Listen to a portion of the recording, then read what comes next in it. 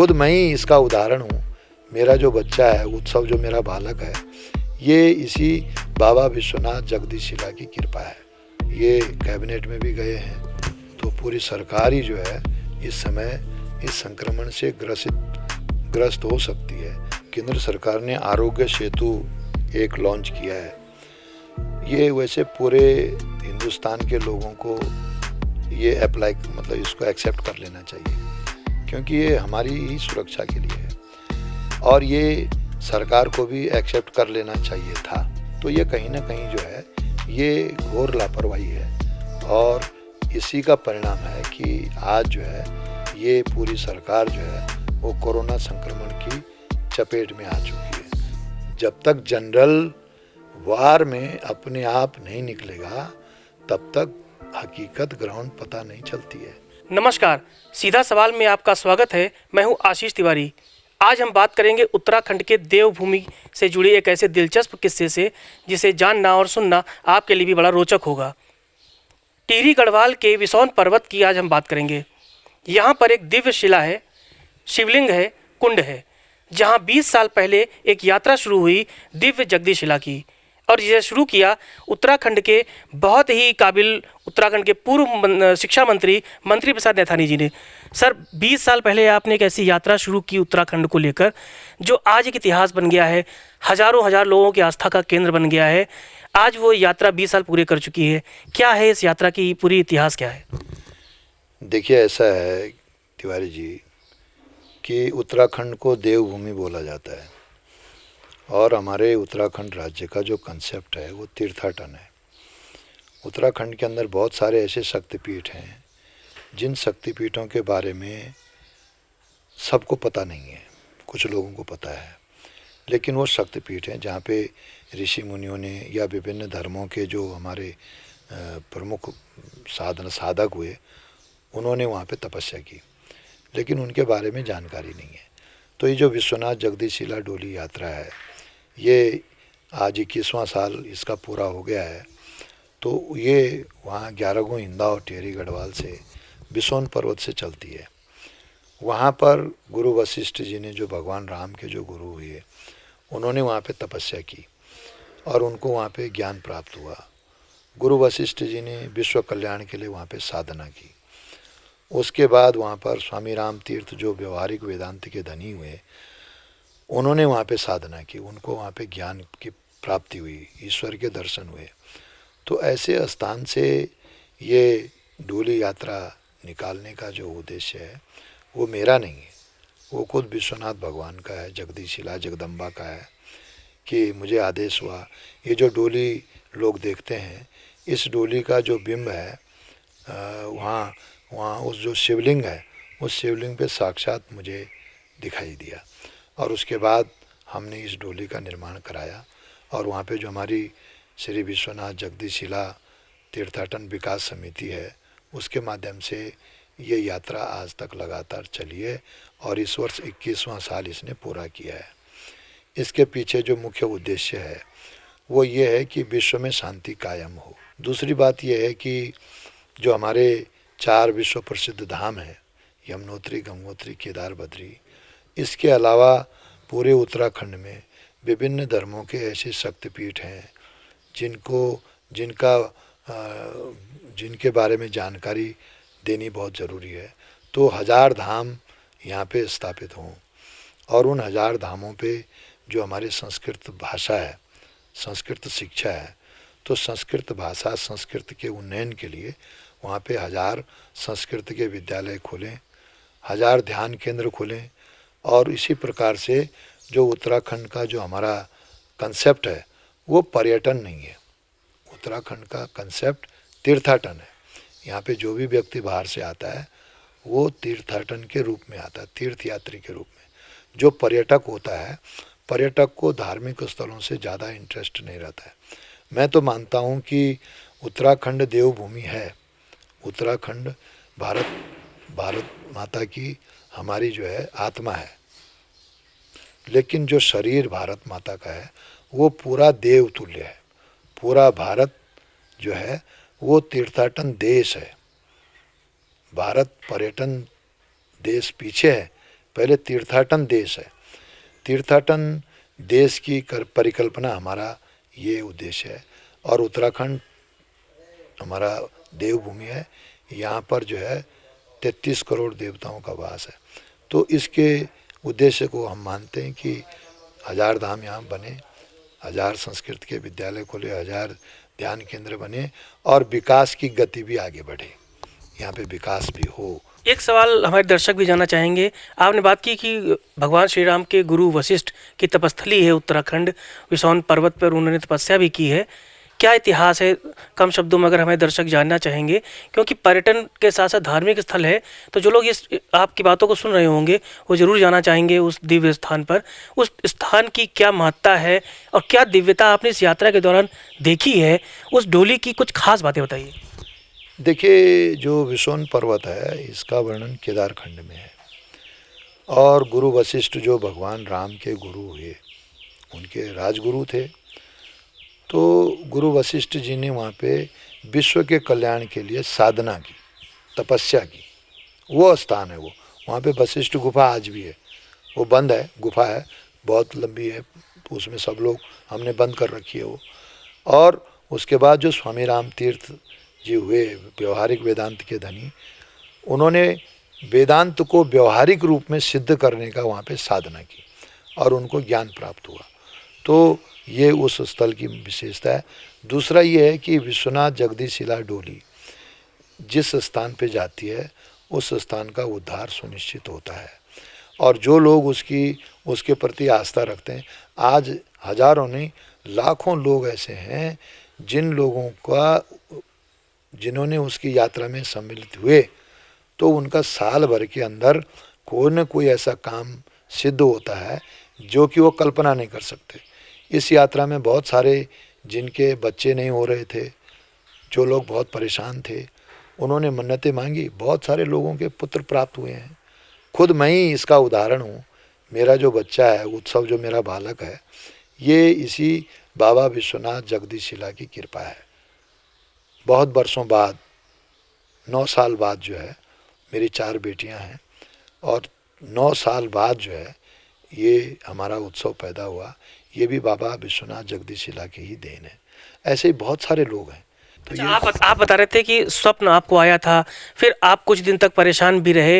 ये यात्रा आपने ही क्यों शुरू की और ये आपसे ही क्यों जुड़ी? देखिए, ऐसा है कि मैं बचपन से ही धार्मिक प्रवृत्ति का रहा हूँ, आज भी हूँ, क्योंकि धर्म सबसे बड़ा है। धर्म में ही न्याय होता है, धर्म के द्वारा ही जो इंसाफ किया जाता है वो कभी निष्फल नहीं होता है, न कभी वो गलत होता है। तो मुझे बहुत बरसों पहले, आज से 25-30 साल पहले जो है, मुझे स्वप्न होता था, और कोई बाबा जो है मेरे स्वप्न में आते थे और कहते थे कि तुम मुझे घुमाओ।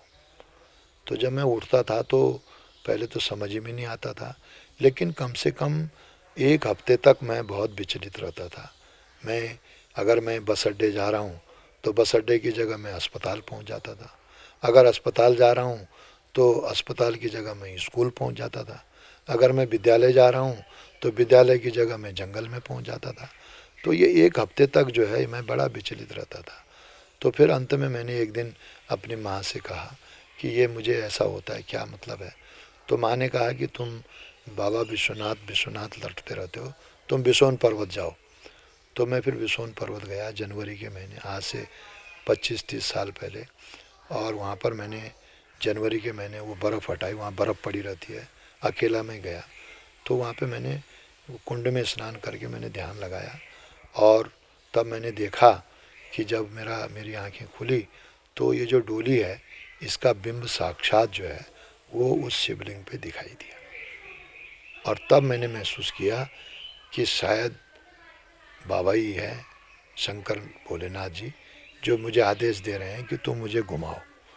तो उसी बेस पे फिर हमने वहाँ पे समिति बनाई, और आज वो समिति के माध्यम से फिर वो डोली का निर्माण किया, और उस डोली में जो मूर्ति रखी है शिव जी की और दुर्गा जी की, उसके अंदर दोनों हैं, शिव शक्ति, वो साक्षात हैं। तो उस मूर्ति का भी एक बड़ा उदाहरण है कि उसको ढूंढने के लिए मैं एक कल्पना थी कि मैं शिव की मूर्ति लाऊं डोली के लिए, अंदर रखने के लिए। तो मैं कलकत्ता भी गया, मैं बॉम्बे भी गया, मैं मद्रास भी गया, मैं आपके उत्तर प्रदेश भी गया, आपके यहाँ क्या कहते हैं बरेली, बरेली जो पीतल नगरी बोली जाती है, वहाँ गया। और फिर कहीं मुझे वैसी मूर्ति नहीं मिली जो मुझे एक पर कल्पना थी कि ऐसी मूर्ति चाहिए। तो अंत में थक हार गया और एक दिन मैं देहरादून ही जो है यहाँ अपनी सिस्टर के यहाँ था, खोड़बड़ा मोहल्ले में, लक्ष्मी के यहाँ। तो उठा मैं और मैं पलटन बाज़ार चला गया। मैंने कहा यहाँ देखता हूँ। तो वो जो मूर्ति है वो मुझे पलटन बाज़ार में एक जो मूर्ति वाले बेचने वाले हैं उनके यहाँ मिल गई। मैंने कहा ये तो यहाँ है जो मेरी एक कल्पना थी। तो फिर उस मूर्ति को, ये मूर्ति फिर वहाँ मिली और वही मूर्ति आज उस डोली पे विराजमान है और बहुत बड़ी शक्ति है। उसका दर्शन करना ही बहुत बड़ी बात है। और ये डोली हम अपने आप नहीं चलते हैं, जिस जगह के लिए डोली बोलेगी उसी जगह पे हम जाते हैं, जहाँ के लिए नहीं बोलेगी हम नहीं जाते। उसका आदेश ही हमारे लिए सर्वोपरि है। आपने बताया कि आप कई बार मंत्री भी रहे हैं और उत्तराखंड की सियासत में बहुत पुराना नाम है आपका। बात अब सियासत की ही करें तो इस वक्त उत्तराखंड की सरकार की हालत नासाज है। कोरोना की वजह से आपके ही पुराने साथी आपकी पार्टी में रहे हैं, सतपाल महाराज जी कैबिनेट मंत्री हैं भाजपा में, उनका पूरा परिवार कोरोना से संक्रमित हो चुका है। कितनी संवेदनाएं हैं आपके मन में और आपको क्या लगता है कि इस वक्त ऐसा क्यों हुआ उनके संग? क्योंकि वो खुद कैबिनेट मंत्री हैं, प्रिकॉशन तो उन्होंने भी लिया होगा, फिर कहाँ लापरवाही हो गई? देखिए, मैं तो सबसे पहले माननीय सतपाल महाराज जी और उनके परिवार और उनके जो लोग इस समय कोरोना के क्वारंटाइन हैं और माताजी अमृता रावत जी को कोरोना हो गया है, तो मैं तो सबसे पहले आज बाबा विश्वनाथ जगदीशिला से ये दुआ मांगता हूँ कि वो और उनका परिवार स्वस्थ रहे। और ये भी दुआ मांगता हूँ कि हमारे प्रदेश में कोई भी व्यक्ति हताहत न हो, वो जल्दी स्वस्थ हो, ये मेरी प्रार्थना है। लेकिन जो जहाँ तक सतपाल महाराज जी के परिवार को और उनको जो कोरोना से संक्रमण की बात आई है, तो ये कहीं ना कहीं लापरवाही हुई है। और जब सब कुछ जानते हैं तो अब कोरोना तो एक ऐसा वायरस है कि वो कहाँ पे कौन कैसा है ये तो कोई कौन चाहेगा कि मुझे कोरोना हो जाए। लेकिन इसमें जो हिदायतें और जो उसके जो बचने के जो तरीके हैं, अगर उनमें हम कहीं ना कहीं ढील करेंगे तो निश्चित तौर से संक्रमण में आएंगे। तो ये कहीं ना कहीं चूक हुई है और जिसकी वजह से आज उनका पूरा परिवार परेशान है और हम सब लोग भी परेशान हैं जो उनके शुभचिंतक हैं। पूरा प्रदेश चिंतित है कि ऐसा क्यों हो गया, कैसे हो गया। और चूँकि ये कैबिनेट में भी गए हैं तो पूरी सरकार ही जो है इस समय इस संक्रमण से ग्रस्त हो सकती है। तो सरकार को चाहिए कि ऐसी चूक ना हो। जब पता हो गया था कि कोरोना संक्रमण हो रहा है तो वो चीज़ें सब जो गाइडलाइन थी उन गाइडलाइनों पे पूरी गंभीरता से विचार किया जाना चाहिए। अभी कहा जा रहा है कि पूरी जो कैबिनेट थी उसमें कई मंत्रियों के नाम सामने आ रहे हैं, खुद मुख्यमंत्री का भी उन्हें क्वारंटीन किया जाए, चीफ सेक्रेटरी भी उस मीटिंग में थे, कई आईएएस अधिकारी थे। इसके अलावा सतपाल महाराज अपने गांव भी गए, उन्होंने राहत सामग्री बांटी, कई गांव के लोग उनके संपर्क में आए थे। ये पूरा ओवरऑल आप मामला देखते हैं तो क्या आपको लगता है कि जिस तरह से मोदी जी ने आरोग्य सेतु ऐप का इतना प्रचार किया कि हर आदमी अपने मोबाइल में उसको रखे, तो क्या शासन के लोग, सरकार के लोग, खुद बीजेपी भाजपा के लोग, कैबिनेट मंत्री, उन्होंने क्या आरोग्य सेतु को नकार दिया? क्योंकि अगर ऐसा दावा किया जाता है आरोग्य सेतु होता तो शायद उससे बचा जा सकता था। तो लापरवाही किस पैमाने पर हुई होगी इसका अंदाजा आप लगा सकते हैं? देखिए, जो केंद्र सरकार ने आरोग्य सेतु एक लॉन्च किया है, ये वैसे पूरे हिंदुस्तान के लोगों को ये अप्लाई मतलब इसको एक्सेप्ट कर लेना चाहिए क्योंकि ये हमारी ही सुरक्षा के लिए है और ये सरकार को भी एक्सेप्ट कर लेना चाहिए था। आरोग्य सेतु ऐप जो है ये मंत्रीगणों को भी और जितने भी हमारे सेक्रेटरी हैं जो भी हैं सबको एक्सेप्ट कर लेना चाहिए था। लेकिन ये मुझे लगता है कि ये कहीं ना कहीं लापरवाही हुई है, इसको सीरियस नहीं लिया गया। अगर ये सीरियस लिया जाता, आरोग्य सेतु ऐप जो है वो तो अलार्म कर देता है, अगर कोई संक्रमित व्यक्ति पास भी है तो वो तो अलार्म देता है, तो आदमी सतर्क हो जाता है। तो ये कहीं ना कहीं जो है ये घोर लापरवाही है, और इसी का परिणाम है कि आज जो है ये पूरी सरकार जो है वो कोरोना संक्रमण की चपेट में आ चुकी है। और ये तो हमारे मंत्रीगणों की हाल हैं, सेक्रेटरीज की हाल हैं, लेकिन मुझे तो चिंता उनकी है जो हमारे एसडीएम हैं, जो हमारे डीएम हैं, जो एसएसपी हैं, जो पुलिस वाले हैं, जो गांव में आशा वर्कर है, जो गांव में आंगनबाड़ी कार्यकर्ती हैं, जो गांव में जो सोशल वर्कर हैं, जो गांव के प्रधान हैं, जो भी लोग जो इस क्वारंटाइन सेंटर के देख रेख में हैं। और अब तो खुल गया है, अब तो लॉकअप खुल गया है, तो अब उस स्थिति में लॉकडाउन जब खुल गया है तो अब तो ये स्प्रेड होगा। ये बड़ी खतरनाक स्थिति है। और ये वास्तव में एक बड़ा, ये मेरी समझ में भी नहीं आया कि जब बहुत कम केसेस थे, कुल 100 केस थे, तो जब सरकार समझ रही थी कि 100 केस हैं तो उन केसेस को एक जगह एकत्रित करके उस एरिया को बाकायदा पैक कर देना चाहिए था। और बाकी जो आपका जनता कर्फ्यू से लेकर के और लॉकडाउन 4 तक जो स्थितियां क्रिएट हुई, तो इससे जो कुछ बचाव, हम ये नहीं कह रहे हैं कि जो सरकार ने कहा वो गलत कहा, ये नहीं, परिस्थितियां है उस समय की थी, उस समय की परिस्थितियां थी कि भाई लॉकडाउन कर दो, चेन तोड़ दो। तो ये लॉकडाउन चेन तोड़ने के लिए था, क्योंकि ये ज़्यादा ना बढ़े। ठीक था, अच्छी बात थी।